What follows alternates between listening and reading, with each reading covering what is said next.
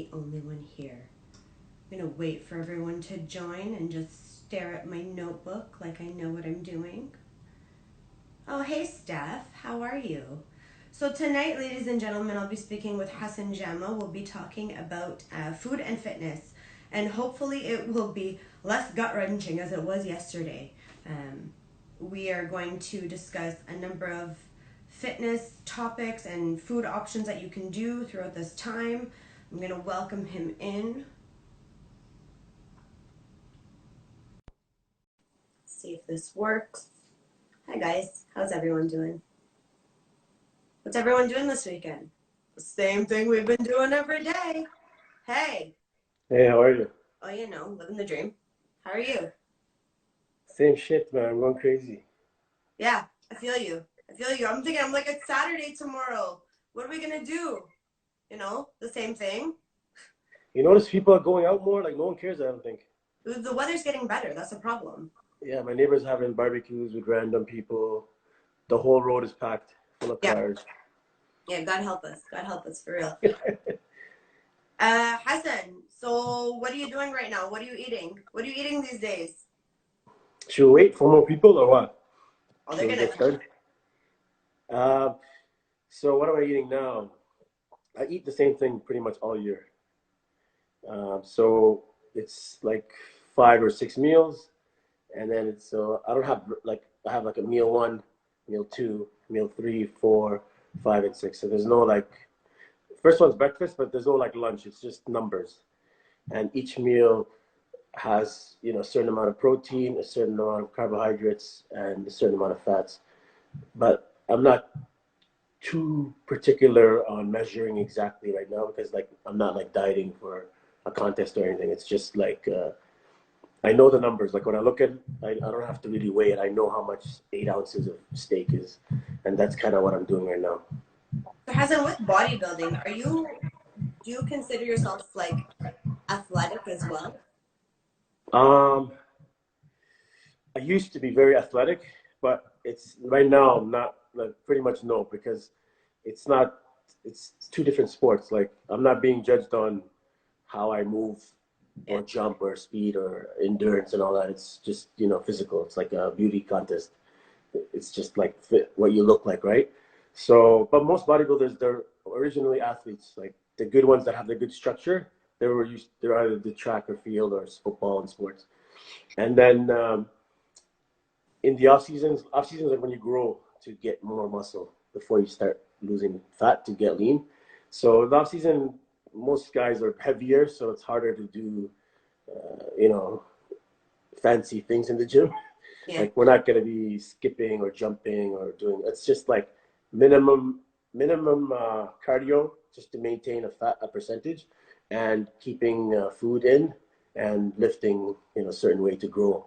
So the objective is not to, oh, can I run fast or can I do this? We don't care about that. But I mean, with the increase in size, so as you grow and the minimal cardio that you're doing, does that not make the cardio that you do that much harder? Yeah, of course it's hard. So like right now, I do a couple times a week, um, 20, 30 minutes, which is nothing. Right. The problem is when I start dieting, I switch cardio to a harder cardio because at that point I'm trying to go more in deficit in terms of calories. So I want to burn more fat. Right. So the best way to do that is adjust the diet so that it's in some deficit and increase cardio. So at the beginning, I might do some normal cardio, and then as I get stuck, I would increase the intensity. And yeah, I noticed that like the first time I go on a stairmaster, like I'm like dying, even at level three because I'm not used to it. Right. But by the time I diet for like 3 months, it becomes easy. Like I can do an hour twice a day, and it's so you like get accustomed to it. Yeah. So now that you're not necessarily training for a show, are you moving more to the athletic type of workouts, or are you sticking to what you normally traditionally would do in the gym? No, so like I said, like I only want to focus on increasing muscle mass and maintaining it, and then so the workout itself doesn't really change much, and I would never do like anything that's like plyometrics or any like CrossFit. It doesn't suit me. There's no need for it. Like the way bodybuilding works is you do exactly what you need to achieve that, you know. And a lot of guys do like to do other stuff for fun, Yeah. but for me, I'm like it's pointless. Like it's not gonna help me in any way. So I see a question asking me if I do boxing. No, I do Muay Thai. I only had one official fight before COVID happened, but yes. Is your thing updating the? I can't see. Mine's kind of stuck at the bottom. Anyways, who cares? I can't see the questions. I see them. So Hassan, I want to ask you, and I don't mean to be like to sound rude at all, but can you physically get any bigger? Like, is this possible? No, you can. Yeah, you can. I mean, it's not only about big. Like big doesn't win you shows. It's more about okay. So how? So this is the criteria in bodybuilding. So bodybuilding is based on condition, which means like how detailed your muscles are. Right. Size, obviously, it's a muscle. It's a muscle show. So just because you're ripped and skinny, who cares? Like they want big, but you can't be big and sloppy. So you need to be big, symmetrical, and condition. So these are like the high level criteria. And then there's also presentation, how you present your body. So if you look at yourself, it's not like, oh, I want to hit this number. That's not the point. The point is I want to improve weak areas. That's how I look at it. And if the weight goes up, it goes up. Like I don't really care about what I weigh. It's more like I know this, my hamstring is weak in this pose. You know, this looks like this. That's all that people do. The people that chase numbers never look good really on stage because you could lose to a guy 50 pounds lighter than you Right. because his illusion on stage, he looks better than you. So, and most of the guys are like that. If you look at some of the best guys, you're like, you think, oh, this guy's so big, but like he might weigh like, you know, in bodybuilding terms, he might weigh 230, which Right. is for a normal guy that might be a lot. But there's guys that are like 270, but they like don't look good. So it's Right. not about numbers. It's about who looks best on that day. That's all that matters. And it's everything is taken into account. I mean, lighting. Yeah. Handing. So lighting, color. Most guys, a lot of guys lose on. You do some kind of painting before you get on stage, so it's like a service that you pay for before a show. So there's few companies that they would spray tan you because the stage is very bright. So even like a black guy, if you don't get tan, you look like an idiot on stage and you will lose. Okay. I mean, you lose badly. So you need to have the right color. You need to have the right amount of oil, sheen. You need to have the right presentation. You need to know which poses look best for you. So the variables involved are like endless. But to the normal person, they don't know. They just see a bunch of guys, they all look the same. But judges know. And like people that follow, they know. I find bodybuilding, it's so fascinating because it's such a calculated craft. Like you need to know your macros down Yeah. to science. How do you ever find it difficult to stay that disciplined? So like for me, I've been competing a long time. So like when I started, I was like 20, and I used to do like um, drug tested show because I was like drug free. You know, I was in university, and a lot of people are like, yeah, you should do bodybuilding. You have good structure. So back then, I didn't really know, but I got away with like genetics. Like I look good just because I was already working out for like 5 years, and my muscles look good the way like just genetically. But as I started learning and losing, like losing when you lose, like let's say you think you're good because your friends and you know your girlfriend tell you look good, and then you go and you come in last. It's like the worst feeling in the world. And like naturally, I'm competitive in sports and everything, so I was really good in sports. So like I would go and read everything I know and figure it out, like an engineer, like just like school. I would write everything and read, and then I would do like an experiment in terms of adjusting certain variables, and I would see the results. So I'd know this made me this. So I know in my head, or I'd write it down. And then, so when it comes down to discipline, it's very easy for me to, if it's time for diet, I don't play games. Like it's easy. I can start Monday and I know. But I also don't obsess over it to the point where it takes over my life, which is a problem for a lot of bodybuilders. They have no dimension, you know, there's just like the gym, you know. Well, I was gonna say, what does that do for you mentally when you feel good about yourself? You know how much work it took to put into how you look. You get on stage and they tell you, no, you don't look good enough. Like, does that cause a complex? It does. Like, it's like, and like for people that don't know, imagine you've been dieting, eating like fish, chicken, rice, like boring stuff for 16 weeks, and you've been doing like 2 hours of cardio a day, and like you look good. You think you look good. Let's say you do look good, and you go on stage, and sometimes you're on stage for 2 minutes because there's so many categories, right? By the time you get on, the judges already like you have no time to present yourself. So that moment, if they don't like you, and so how it works is you come on in groups and then they choose the top call out. So if you're not in the top call out, it's like the worst feeling. It's like I don't even know. It's like not. I mean, it's not like someone died or anything, but like at the time, you're like you feel like that's it. I want to kill myself because Yeah. you're just like I'm a failure, and all these things start coming in your mind. Oh, what am I gonna tell my friends? Because most people don't understand what my family gonna think. You know, I wasted my time. So there's a judge. The judging aspect is also another like unknown, right? You don't know what they're gonna like that day. So just because you lose, for the most part, doesn't mean like you're not the best. But you bodybuilders don't care. They just want to do it, and then eventually you're gonna win because the judges see, okay, this guy's improving, he's getting better, and some guys it's easy for them; they do good right away. Yeah. Some guys it takes a long time, but it's something to do. You know, it's like a personal challenge, not just like it's more personal, like just for me. You know, I like it. Hassan, I see somebody asking, how old were you when you started training? I was 15. 15. Wow. Yeah. So I started in high school, and then like back then we didn't know. You know, we used to like to read magazines, and it was like it was me and Allah. I don't know, you know Allah. So we used to work out for like 3 hours. We didn't know anything, and eat McDonald's, and but back then we're active, so we didn't really like get out of shape.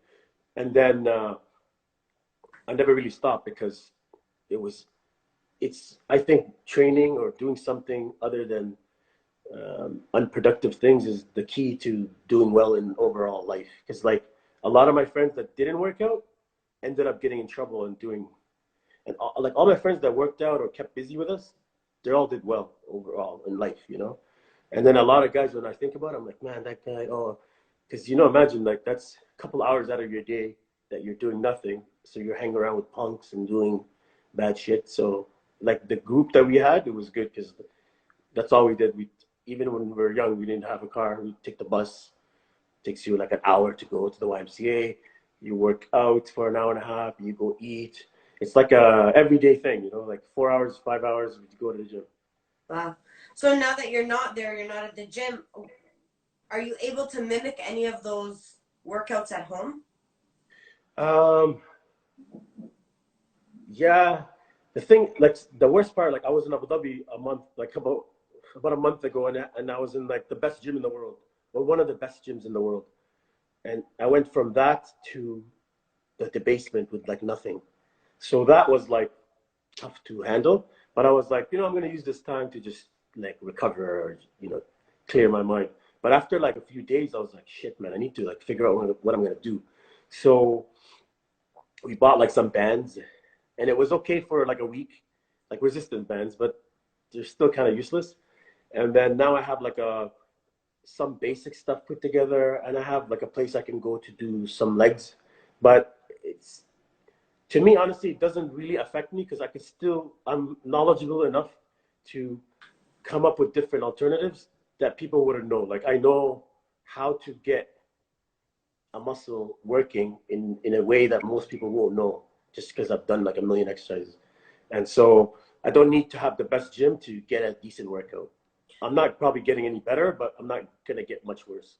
So do you think the workouts that you have and that you've kind of discovered would benefit sort of everybody or just people in the bodybuilding field? Um, everybody has different levels. I mean, for a beginner person, it's even easier for them because you don't really need anything.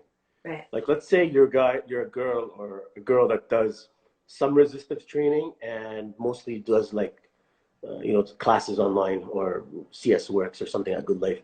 So you can do that for 3, 4 times a week, which has some resistance aspect to it. And you can do a little bit of weights and cardio, and that's good enough. Yeah. Like for bodybuilders, it's actually the hardest because they need like excessive weight in certain angles and exercises. So they're the ones that are like scrambling, like what the hell am I gonna do? Hassan, if you don't mind me asking, what is your record wins to losses in your shows? Oh, I have a lot of losses. I've done probably, I don't know, 30 shows maybe.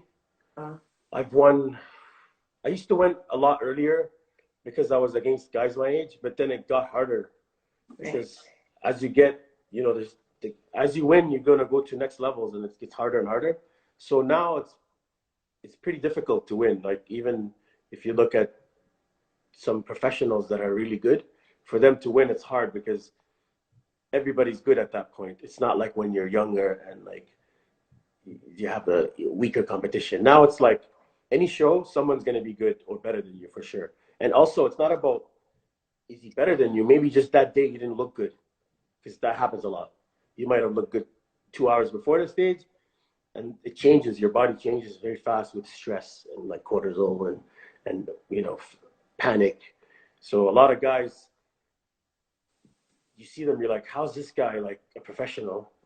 But he just happened to win that day because he looked good, but they can't like replicate it. And some guys, they look incredible, but they don't translate it on stage. So it's a weird sport. It's not like you see a guy and you're like, oh, this guy must be good. But it's usually those guys that don't look that great are good on stage. Right. So it's like posing and everything is taken into account. Everything, because like I mean, there's some guys that they're small, but they look good on stage and they know how to beat bigger, better guys. Like you might be better genetically, but you lose to a guy who works harder or knows how to like show his body better. Hassan, again, you don't have to answer this. Are you still considered natural? No, very unnatural. You're willing to admit that. I wasn't sure if I could ask that question or not. Yeah, so like the way I see it is this, okay? It's like, bodybuilding, it's looked at badly just because it's a physical sport. I mean, physical and like it's what you see, right? So when you see muscles, people assume okay, crazy drugs, but there is people that take a lot of drugs, but they're not necessarily the good guys that win. And most sports have drugs in them. It's just they're using different drugs for different benefits, right? So like cyclists have certain things they want to use. Football players will use different things. So it's not only about just having muscle, right? And in bodybuilding, the best bodybuilders were also good natural bodybuilders at the beginning because in the end, it's the guys with the best genetics that win. And then also the guys who put the most effort. So if I was to give like percentages, it's like, let's say like, genetics is the key top thing, how your muscles tie into each other. Like there's some guys, you see them, they're like perfect. Like you cannot beat that, even if you're bigger or better, right? Then there's like the work ethic, diet, and then there's drugs. But the drugs is just when we say drugs, it's a massive field of things it's not like, people say steroids, it's not one thing. It's a lot of things, right? And so there's different things that athletes take to create a certain look. But to me, I put it this way: if you took all drugs out, the best guys are still gonna win. So to me, it's irrelevant. It's just like you gotta be on it because you're gonna lose. Is there any dependency to these drugs? People are addicted. Some people, yes. Like me, I have a clear mind. Like I don't take a lot of shit because I get good results. And I found as I got older and I have more mature muscle, um, I could take way less and I get better results because drugs is like any other thing. If you take excess, it's just toxic, right? So you're doing yourself bad in terms of good. So you hear about some numbers online, like this guy took this, and I always like say, no way, it's impossible. But they do because they think, oh, that guy's twice as big, he must take twice as much. But believe me, they don't.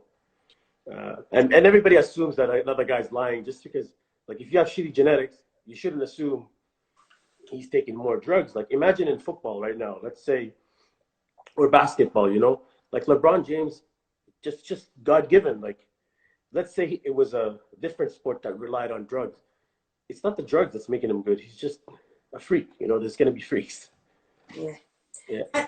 Hassan, do you think that the bodybuilding community is suffering a lot right now with being Yeah, in terms of competition, it is because like basically, you know, locally, and let's say in Canada, we have hundreds of shows, and then internationally, like thousands of shows. You know, amateur, professional, so many different categories for girls. Girls have bikini, physique, figure. Guys have bodybuilding, different categories in bodybuilding depending on a certain look.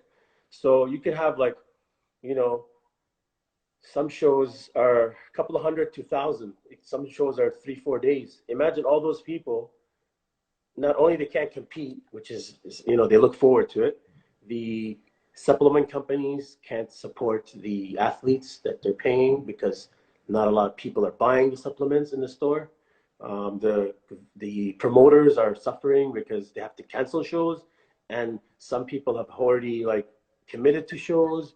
Like I know guys that were preparing for shows, and like a week before they're like no show, and imagine like you spent all your money and effort, and then well, no show. So it's a big problem. But I mean, the way I look at it, there's worse things that are going on, so it doesn't bother me. Of course. It is unfortunate though that those people who had those things to look forward to just suddenly had it taken from them. So I understand that there's going to be some level of a, I don't want to say depression, but like a mild Oh yeah. unhappiness over it. For those people, Hassan, what can you suggest that they can do while they're isolated, other than try to maintain? Like, are they trying to keep that competition image in Yeah. isolation? Most like I have some close most of my friends that are like that were gonna compete. I mean, they're smart guys. They are like, okay, I'm not gonna keep holding this condition because it's not healthy long term. So I'm gonna switch my game plan. I'm gonna go back to like a relaxed mode where I just kind of maintain, and then we'll figure out what show to do later, which is a smart thing to do. And then there's a lot of guys that I know that just they're not even working out. They're like doing other fun things, and you realize, man, there's so much to life than freaking working out and wasting your time. Not wasting, but like it's extreme sport. It's a selfish sport. People are not. You don't see your family a lot. You don't see your kids. You're not in a good mood because you're eating like boring foods. You're like physically exhausted. So now it's like shit. I can, even though we're in quarantine, there's other stuff I can do. Like so you can take up different crafts. You can learn how to do new stuff. So I think that's what you should do. Like go online, take a course, learn some language, do something different, spend time with your family, because I think too many guys are way too into it. Yeah. And let's face it, like bodybuilding is not a sport like football where you're gonna be rich and famous. It's like you don't get much. I mean, you don't get much money unless you're an elite, but you sacrifice more than any other sport. So you at some point you have to like reflect on that. Am I gonna just blindly do that, and then your wife leaves you, and you don't see your kids? It's not worth it. So you need to have balance. It's true. I think with anything in life, there needs to be a healthy balance, but it's okay to have these, hobbies, sports, Yeah. whatever, so long as they don't consume your entire life. Hassan, right now for diet, and I was actually talking to you a little bit about this earlier, if you've ever heard of the dopamine diet.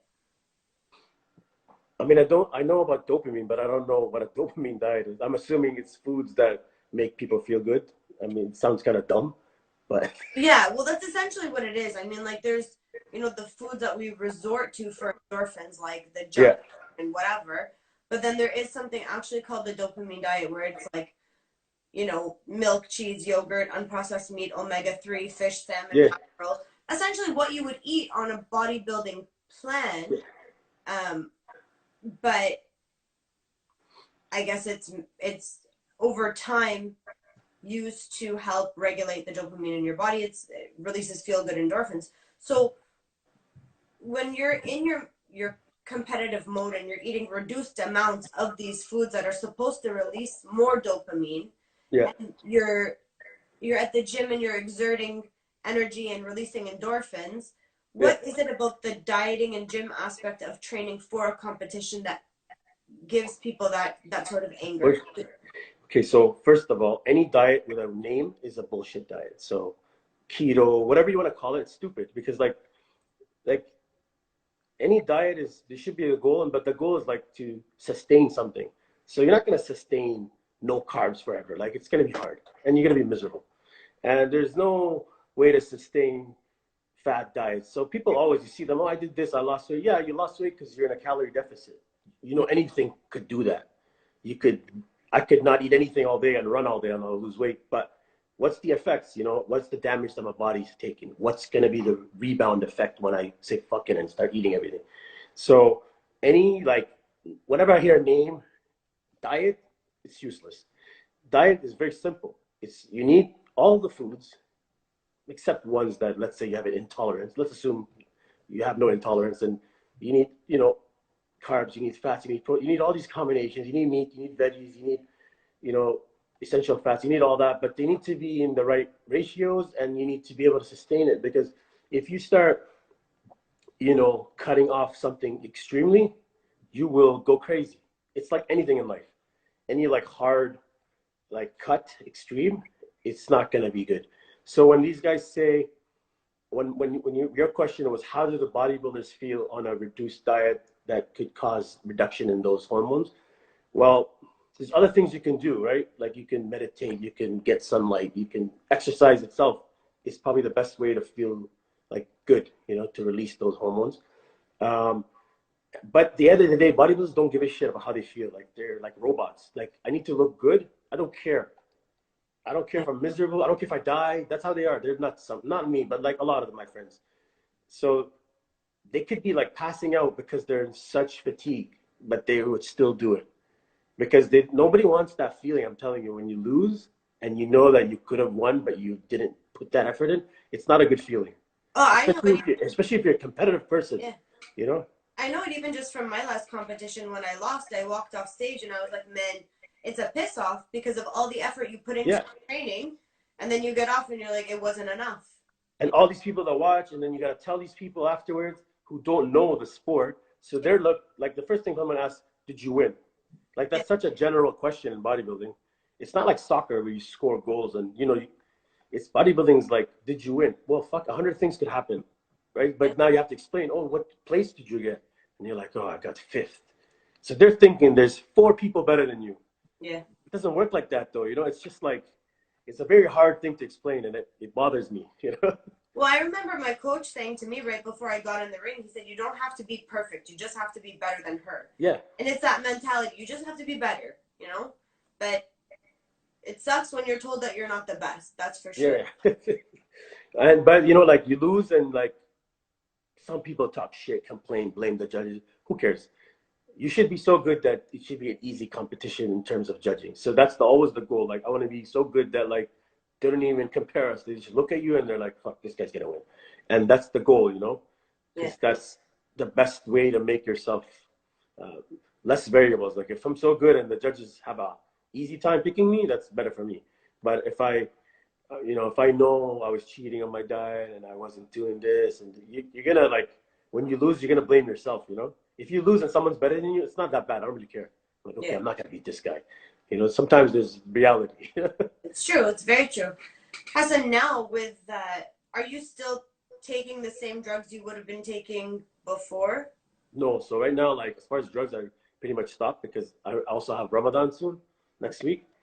So you have to be smart. Like, you know, drugs, the name sounds bad, but like bodybuilders, they're actually healthy overall because they monitor all their vitals and everything that's coming into them as far as foods and all that. But they take these drugs to improve their physique. So some people say, oh, those things are going to kill you. But I mean, it's not like they're drinking and smoking and partying. So like really, you know, steroids aren't going to kill you. You know, like you could take a bunch of pills that would kill you, but you know, take a bunch of steroid pills, they're not gonna die. You know, is it great for you long term? No, but you know, the bodybuilders that are smart, they're very like body conscious. Like they get blood work regularly. They know exactly what they're taking. They know exactly what they're eating. They're not gonna buy garbage drugs that are cheaper. So if you know what's coming into your body, because it's your body, right? Yeah. Then you're gonna be much safer than average Joe who goes to the gym and decides to buy drugs just to look good. Because those guys don't know anything. They'll say, oh, you know, John told me take this and I took it. And I'm like, what the fuck? You just took something, you don't even know what it is. But lots of people are like that. Hassan, I have to ask, because you mentioned Ramadan and you stopped doing the drugs because of Ramadan. Is that because of your religious belief on doing those drugs, or is that because of your inability to maintain your diet? No, so, well, two things. So the way I look at it, in Ramadan, I'm not going to get any better because I'm going to be not eating all day. So what I do is like damage control. How much can I eat in the night to maintain as much muscle as possible? And because I'm not going to be working out as hard and I'm not going to be eating the same way I'll be doing. So what I do is I just, take it as a cleansing time for my body. Okay. So, in Ramadan, you're not eating all day. So, now people talk intermittent fasting. Well, we've been doing it for a long time. Yeah. In Ramadan, you feel good. Your vitals are good, your blood pressure's down, your blood sugar's down, your mood is good, you're eating, you're praying, you feel good as far as mentally, right? And body. So there's no need to put any other extremes in because you're not going to get any better. So why bother? So the way I look at it is, how do I adjust my diet so that I, kind of maintain and the workouts, I'm not breaking any records. I just go do like 30 minutes and that's good enough. Like I've done it many times. Like, and some years I don't work out the whole month. I just take like a nice break. And some years I've dieted for a show in Ramadan, which is really, really hard and not very healthy. Is there a large Muslim community of bodybuilders? um, in the Middle East, yes. I mean, some of the best bodybuilders are from Iran and from Egypt, in the Gulf countries, and a lot of them live in the Western countries. So, I mean, I personally know a lot of good bodybuilders that even fast while they're competing, which is hard. So it is common in the West here. It's not there. There's only a handful maybe that I know of. But there's a lot of people that work out that fast. They might not be bodybuilders, but there's a big community that want advice always. Like, yo, they ask me what can I do to, because imagine you've been gaining all this weight, you feel good, and now you're like, shit, like, am I gonna lose everything? So I always give them advice, how to eat. And in terms of those who are doing like hard cardio in the midst of Ramadan and in the hot weather, how does that work in terms of depletion and loss of electrolytes and stuff like that? Are they able to hydrate in any way? Yeah, it's like professional soccer players that are fasting, they're playing. They do it. Like it's doable, but your body can do a lot. I mean, it's not gonna kill you, but it's not great. So most of them switch their schedule over to the night. And if you're in a Muslim country, like Ramadan time, you don't really, things are closed, everything's tailored to Ramadan, right? So even work, even now, now everybody's working from home. So you can kind of like sleep in and then do things during the day. But you would work out at sunset or right before sunset, and you eat your meals through the night because you could stay up because you're not waking up as early as a normal season, right? Right. So Ramadan's actually hard in Western society because, like, Schedule. let's say for me, I'd have to go to work at, let's say, 8 or 7, but I was up all night trying to eat, so it's not, it like messes you up. Yeah.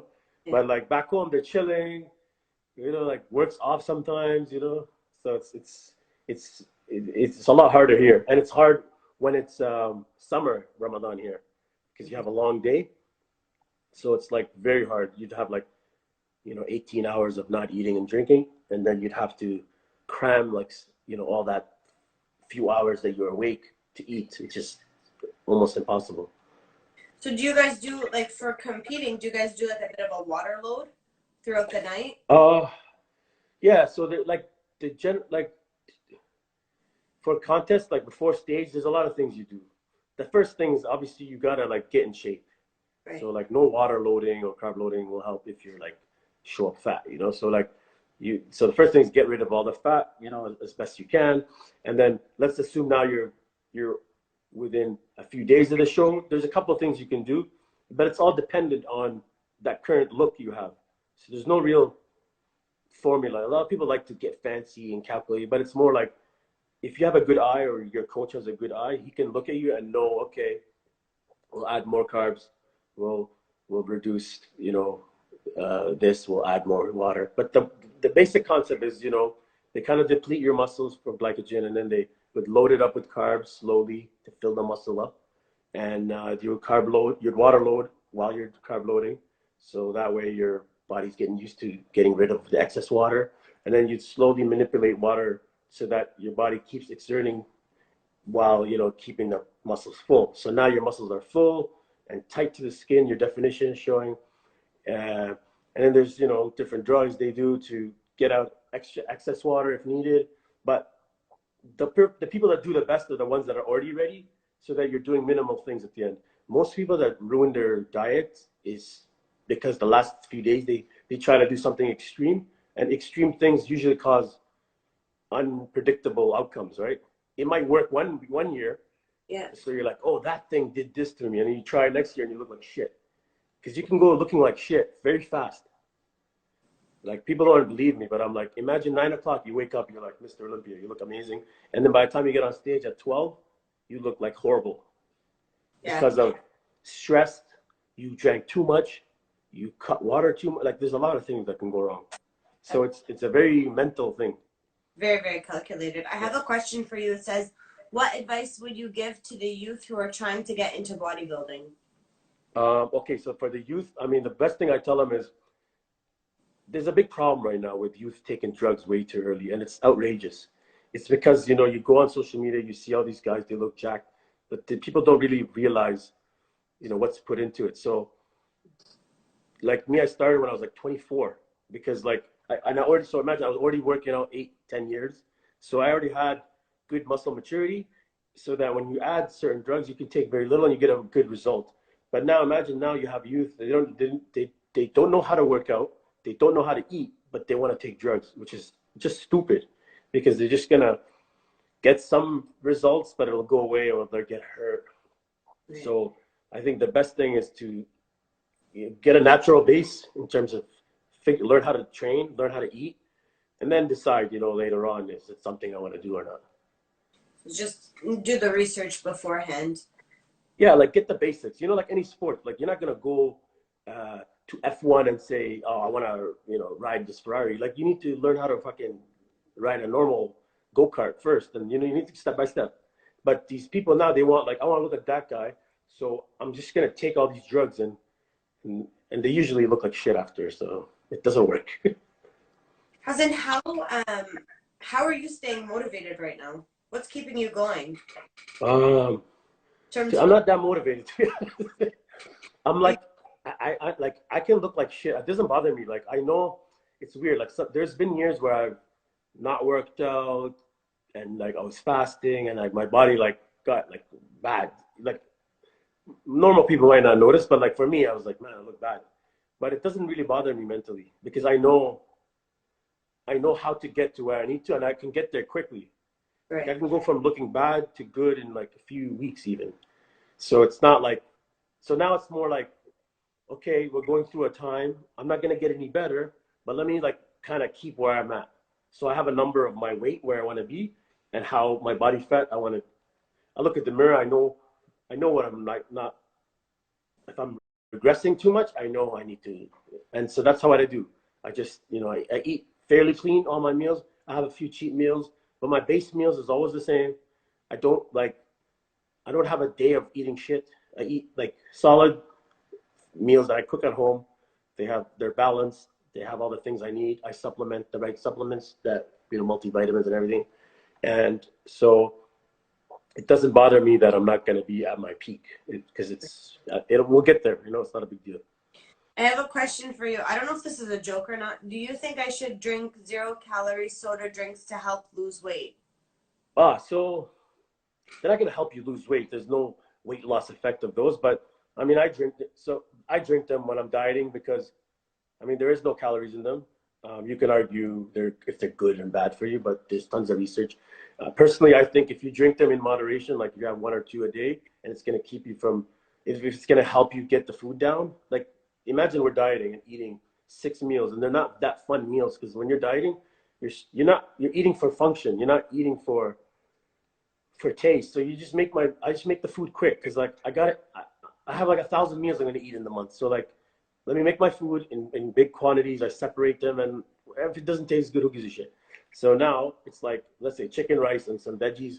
And when it gets hard, it's easier to get it down with like a diet soda, let's say. So that's going to help. But is it Ever, gonna help you lose weight? No, it's only gonna help you in terms of it's better that you drink that than a can of Coke, regular Coke. Hassan, when you're doing those meal preps, I remember for myself, I would like smear mustard all over it or like sriracha just Yeah, to like make it taste like yeah, something. Do you do anything to your food to give it yeah, flavor? yeah. Like I realized in the last few years, like I realized, let me spend more time preparing it because I've tried getting meal service from companies, that claim they have a chef that's good, and it's crappy food. It doesn't taste good because when you're cooking for a lot of people, you can't get the right taste, right? So what Yeah. I did is I uh, I uh, I know how to marinate. Like I cook very well. Oh, sorry, I can cook very well, and I have a lot of variety of things I can do with different meats.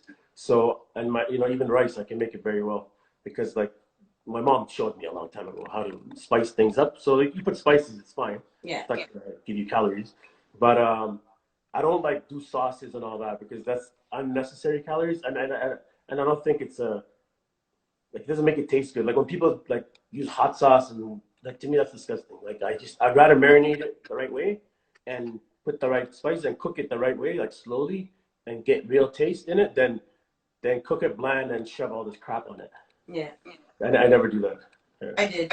I was just so lazy. But I good see for a lot of guys they like do the mustard and I'm like, what the hell is mustard? That's I would never eat that. Hassan, I have Laura asking, what's your favorite cheat meal?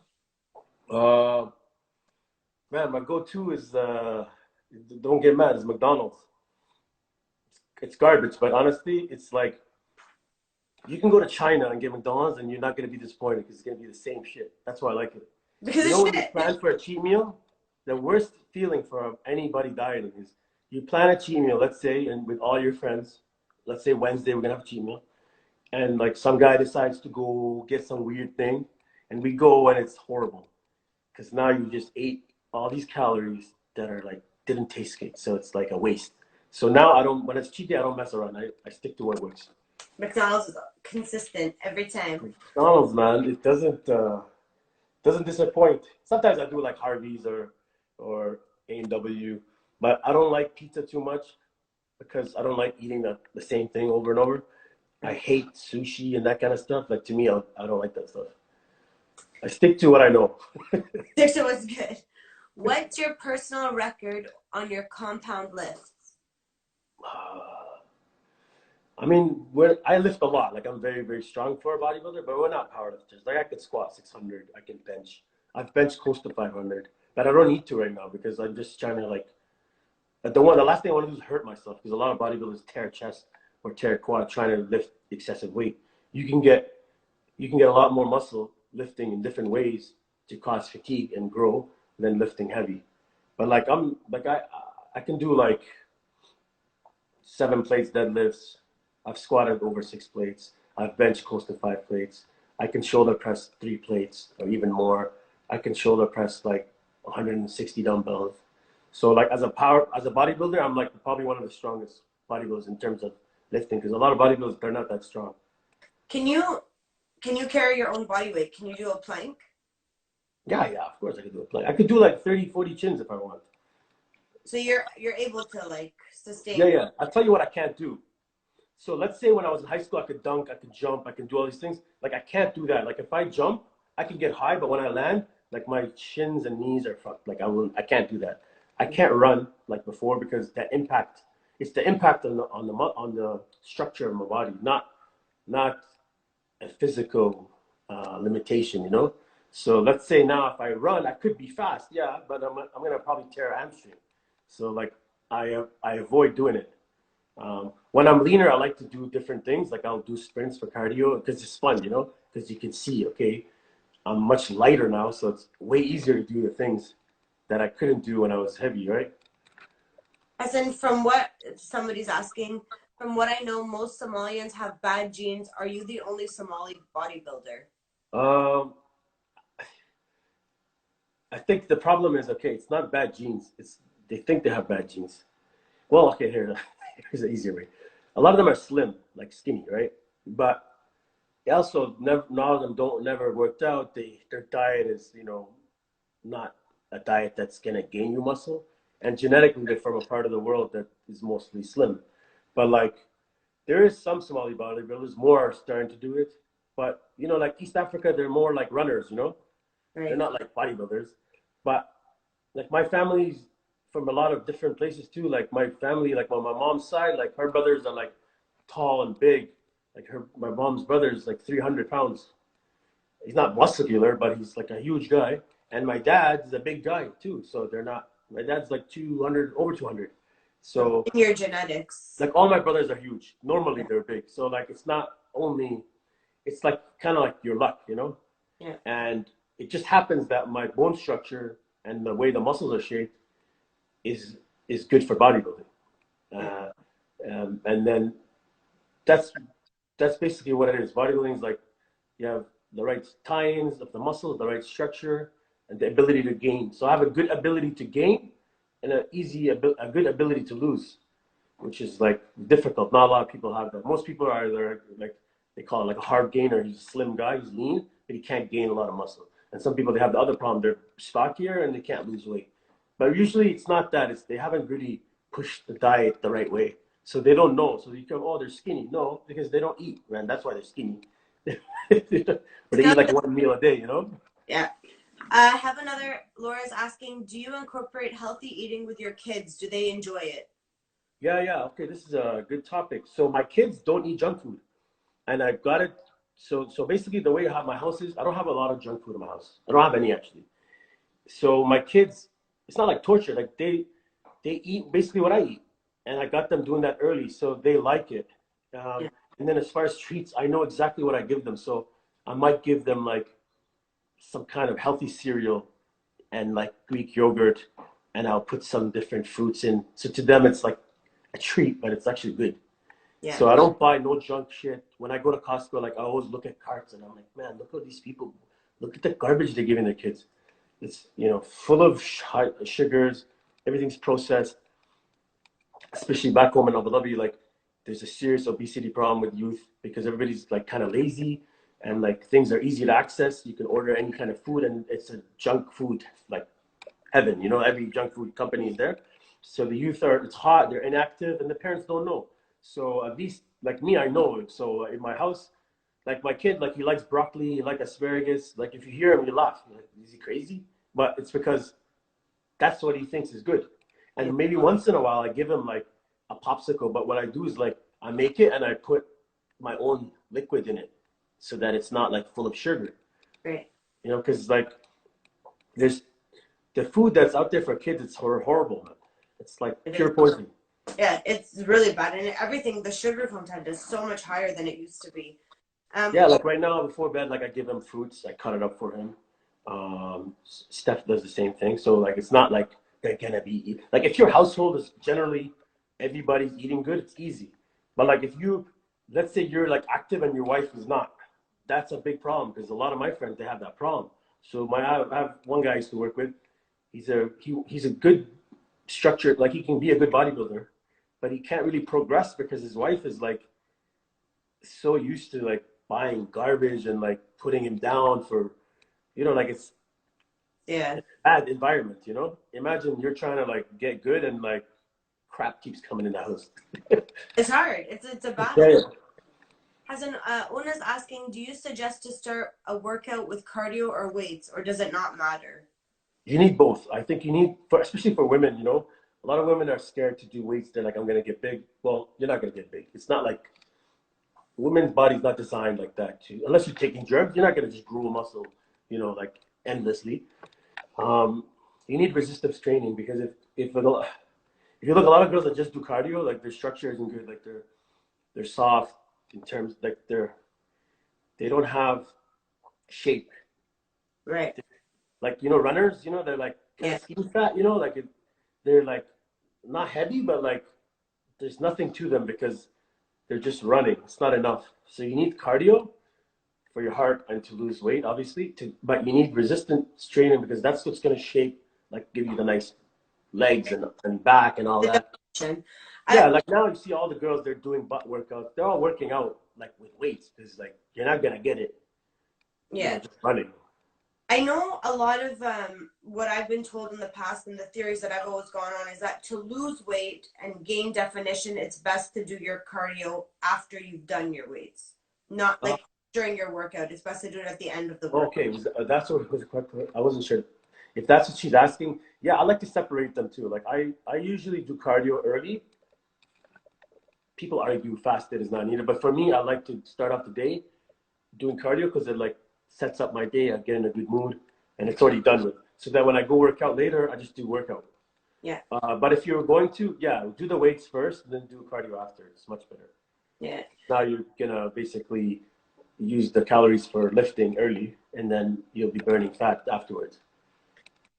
Yes, she said yes, that's what I meant. I Yeah. find since being in isolation, I've been doing like I mean, I don't have weights at home unfortunately. So I've just been doing like high intensity intervals and then body weight because I have nothing around unless I carry a jug or a can of paint, but it's Yeah, that's good. It's good enough. Like any resistance training will help, will do yeah, good. Like if you did like bands and some kind of videos that incorporate like doing some kind of lift, not lifting, but like kind of using body weight, it's enough. It's not gonna be the best thing for you, but it's not the end of the world. And then you could always do enough. cardio.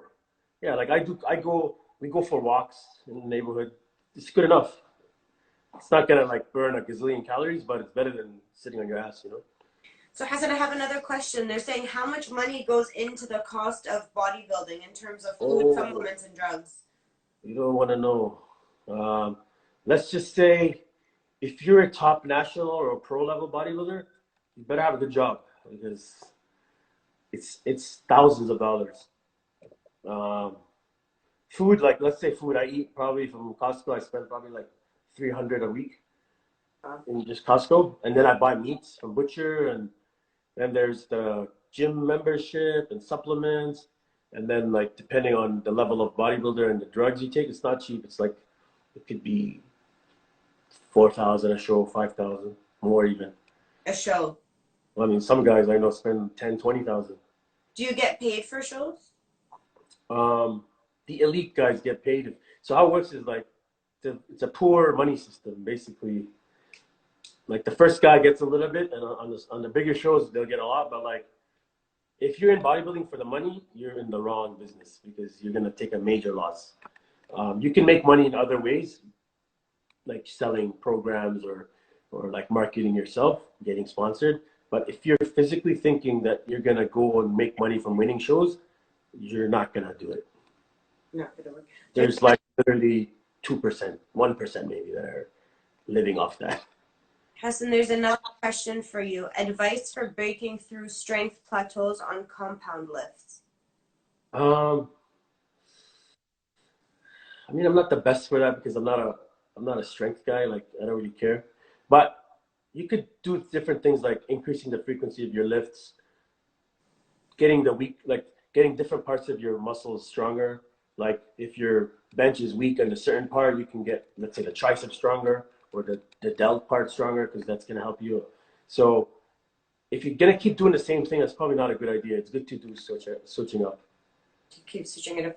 Yeah. Hassan, you mentioned selling workout plans or coaching online. Do you do any of that stuff? Do you do online coaching? Yeah, I do. I mean, I do, but like I don't do it a lot. Not because I get a lot of people asking, but like it's a very tough thing to do because like dealing with people daily is like a sensitive thing, you know, and I'm not very good at like if people they come up to me with unrealistic goals, let's say I want to do this, and I'll tell them like, yo, you're not gonna like It's not going to you. happen for you. Yeah, I tell them straight up, like I don't want to take their money. I'll tell them like someone will say, I want to look good for this show. I want to do a show, and I'll tell them why you want to do a show. Why don't you just see how you look? Because like I tell the guy like doesn't have muscle, doesn't have anything.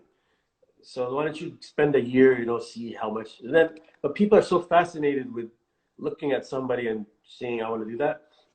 So I probably lose a lot of clients that way, but I don't care. I don't want their money. Yeah. I don't need it, right? So, but I prefer to train guys that are like serious, that I know they're gonna do something good, and not, you know, complain and text me every minute. Like it's so I do it. Like on my website, you can go. I do have links, and a lot of people sign up. They're mostly international because like I like to deal with the Arab guys and the guys that are, because I find the Middle East, they're more serious. The ones that ask me for, because they're like, they really like it, right? That bodybuilding lifestyle. Right. Here, I think more guys just want to like look good. And I actually prefer training regular people than the real athletes, you know? Because Right. it's a lot easier for me too. Like if someone comes to me and says I want to lose 20 pounds, it's like so easy for me because it's if they've never done anything, there's so much I can do to make them lose the weight. So it's to me like when people have a hard time losing weight, like I feel bad because for me it's such a trivial thing, and I don't care how bad your genetics are. If someone wants to lose weight, it's such a simple concept that if I wrote you a diet on a page, you would be like, "What? This is too simple. Like you're lying." Because people like to look for complexity. Yeah. You know, like, oh, what's the best thing? Oh, go on this and look at all these charts. And no, it's very simple. You just eat these things and you're going to lose weight. Do some exercise. You will lose weight if you're consistent. But if Well, you're, I think the ones that complicate it too are the ones that don't have the discipline. They know that it's easy. They don't want to admit to it being easy because then that gives them no excuse to not do it. yeah, I find yeah. So another angle I noticed is, um, so for instance, like I'm at work, I work in an engineering company. I have a lot of friends that are engineers and they want help, you know, losing weight. And these are like guys I've been working with for a long time. So I don't really even charge them, but I tell them, I'm like, listen, I'm gonna write you a diet, but I know you're not gonna do it because I know them personally, right? So let's say one of my friends, he was getting married, so he wanted to look decent, you know, because he was a little bit out of shape. So I spent time, you know, I asked him what he eats, what he can eat, you know, because he's very religious and he only eats halal, and you know, so I rewrote everything, and so it took me some time, let's say an hour and a half of sitting with him, and you know, He didn't do it. and the guy didn't even like do it for one day. Now he didn't even do one day. So like, so now we joke about it. I'm like, why did you waste my time? You know. So a lot of people, I think, when they see the reality of it and they're like, shit, I gotta eat this every day, they just give up because they're not willing to put the work. But if you're consistent for a few weeks, you will see results, and then that will get you to keep going. Keep going. Hassan, there's two more questions for you, and Instagram's going to cut us off in 4 minutes. Okay. So you have one saying, how many times do you come off cycle a year? So I like to do like 2 times. So what I do is like, let's say I'm on for 16 weeks, I like to take like 10 or so weeks off, and then I do like regular blood work. I do blood work 2 to 3 times a week, and my doctor is very good. Like I know what to look for. I tell him what to look for, and then I have all my blood work for all my years, so I know my charts. So I like to do that, and like I will never start a cycle if something was out of whack. Right. I always make sure everything's fit. So you've done your research to know what your body needs in order, or have you had this doctor follow you throughout your journey? So the doctor I have, he knows nothing about bodybuilding. Okay. But my a lot of my coaches, as far as what to look for in blood work, I've learned from them. So I already know what to look for. So I go and tell my doctor, because here you need a requisition, right? So I'll tell my doctor I want to do this. Here, write it for me. I'll go do it. The results will come to me, and I'll figure out what to do to fix it. In fact, I've had some issues where I fixed it myself. He has no clue what to do because he wouldn't know, right? They don't know what we take. They don't know. They just see like a bad result, right? Yeah. Or not bad. Let's say it's not nominal because you are not we're not normal, right? Because you're a heavy person or like you're not an average guy. So all those blood markers they're based on like nominal range of like normal humans. Right. Hassan, the last joke, and you have a minute and 12 seconds to answer. The last question is, oh, I said joke, sorry, question. Do you ever get injured lifting, and if so, how do you deal with it? Yeah, that is a joke, though. If you get injured, that's like, how else would you deal with it? You'd be pissed. Yeah, I've gotten like, alhamdulillah, I haven't had serious injuries, but I've had like little small ones. The injuries I've gotten have been my fault of like I've hurt myself doing other shit, and which is most likely the case for most bodybuilders. It's not in-gym injury. It's like they were like arm wrestling or doing something that broke a bone or something. But yeah, you just let it heal. Like, I mean, don't go back when you're not ready. Just take your time. Okay. Hassan, it's going to cut you off in 34 seconds. Okay. Does it automatically know why? It's set for an hour? It's set for an hour, apparently. Okay. But I can add you back in. But I want to ask, here, you know what? Let me take you out and put you back for a second.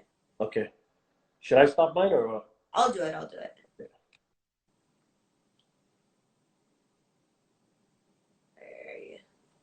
I'm just going to add him back. There he is.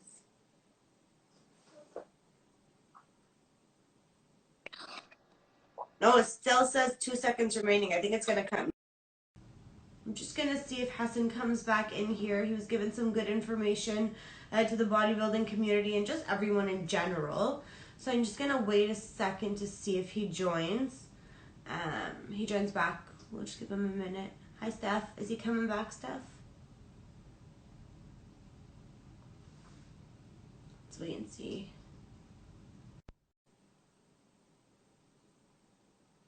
Waiting. Sorry. Hi.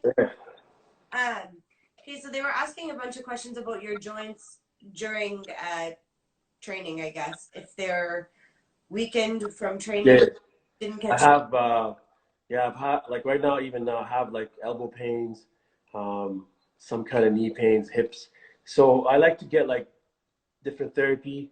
Like I do regular massage work with a deep tissue work for the muscle parts. And then like you can ice it, you can supplement, different joint medicines for your joints.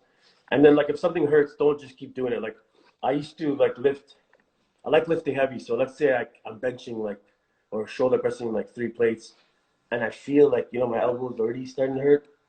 Sometimes I want to do more, but I tell myself, chill out, because you could really like set yourself back. So just be smart. So aside from being like healthy, food wise and athletic in the gym or just training the way that you do in the gym, are you afraid that your immune system may have been weakened by the constant on and off? I know you say you get blood work done, but does it not cause any negative aspects to your heart, your health in any way? I mean, there is obviously different things that could get affected. Like, you can have issues with your arteries, you can have weakened heart, you can have different valve issues, you can have kidney issues, liver issues.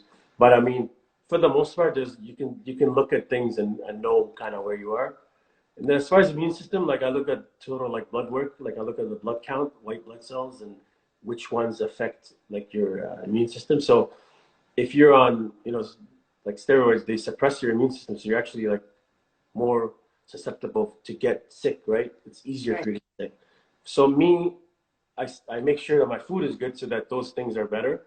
And I watch it. Like if I have some numbers that I see are going down, I would figure out how to get it back up instead of just, making it worse. I have a very different type of question, and I don't know if you feel comfortable answering, but did you have any problem coming out as a bodybuilder because of culture, religion, or anything like that? Oh, no, no, no, no. I mean, the Middle East is like, they're in love with bodybuilding. Like they're so serious about it. Like everywhere you go, they call you captain, coach. Like they love it over there. And Everybody knows. your family Yeah, was everybody knows you're a bodybuilder, and everybody knows bodybuilders take drugs. It's so normal there. It's like Europe, some places, like if you in Russia and different countries, like it's like a drugs and bodybuilding. It's not like a unknown. It's not like a. It's not looked at in the way here, and I think that's the problem because here, if you are looking at it in the bad way and the doctors are all against it, then the youth are gonna do it illegally, right? right. And then they're gonna get hurt. But over there, like you could ask and they'll tell you what to do. They have so much knowledge about it. There's posters everywhere telling you look out for these things. It's normal. Yeah. Yeah. Hassan, if you could leave everybody with anything, what would you like to say to them? Honestly, I don't know. Putting Yeah, you on the I mean, spot. Also, no. if in this situation, Corona and all that shit, you should probably just find a routine that's realistic, that's gonna keep you busy. Don't dwell on the fact that you're not able to do certain things because it's gonna get better, I think. And then don't take it for granted because now you realize, oh man, like I went from like I have this like universal thing downstairs that I used to think is like complete shit. But now I'm like, man, this thing's awesome. I can do everything with it. Thank God I have Right? Because I went from nothing to that. So It's you true. realize, some countries they have nothing. Some people don't have. They're unfortunate. They're less fortunate. So don't take it for granted. It's very true. Yeah. Use what you can at home, guys. It hasn't Yeah. wants online coaching. Are you offering that right now? Yeah. Actually, I'm doing now for a bunch of guys for Ramadan. Okay. But anyway, I do offer it. So if they go on my website, it's just my name, HassanJama.com. I just redid it, so it's even better looking. But Perfect. there it kind of shows what I offer. Okay. But like, you know, we're not doctors, we're not like nutritionists, so like what I offer is based on experience, and I know it's gonna work because it always works for everybody, right? And I'm like a health conscious guy, so I'm not gonna go push like negative things that are gonna damage people, you know? Great. That's perfect, Hassan. Thank you so much. We'll see Yeah, you. no problem. And It was thank you a for lot easier yesterday and all your. discussion. It was a lot easier than yesterday's I discussion. was gonna say, I feel like a weight's been lifted off of me after yesterday. I was like at the edge of my seat, about to die. Yesterday was a war, man. Tune in tomorrow. I have Tanya who has similar views as Una, so we'll chat tomorrow night as well. I actually had a few people messaging me privately today wanting to talk to you about 5G more and having questions about it more.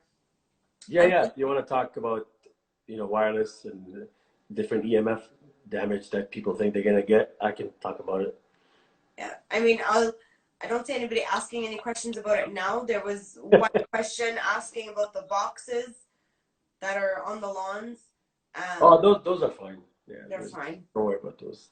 Okay. There's a lot of things. Like, I mean, the problem is people don't understand how like electromagnetic fields work. So then they hear like radiation, they get freaked out, right? They Yeah. assume like radiation, you know, nuclear, like I'm gonna fucking melt. No, like there's everything radiates. It's just what's dangerous, what's not, what's safe, what's best practice for you to do, what things you can't control because they're everywhere already. And you know, people have misinformation online, and so that's the problem with this whole 5G thing. You know, people just don't know anything about 5G. They're clueless. Everyone's going off Google.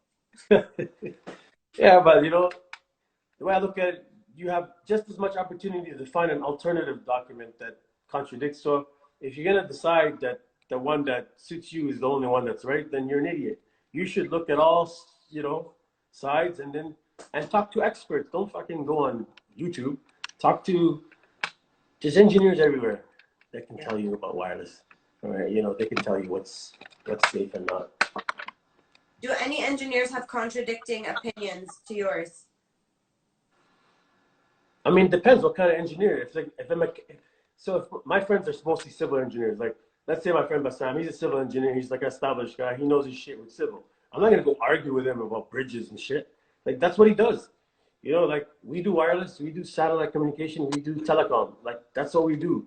So like anybody in that industry is not gonna dispute like the general statements. I mean, to say that this is gonna do this in this time frame is ridiculous.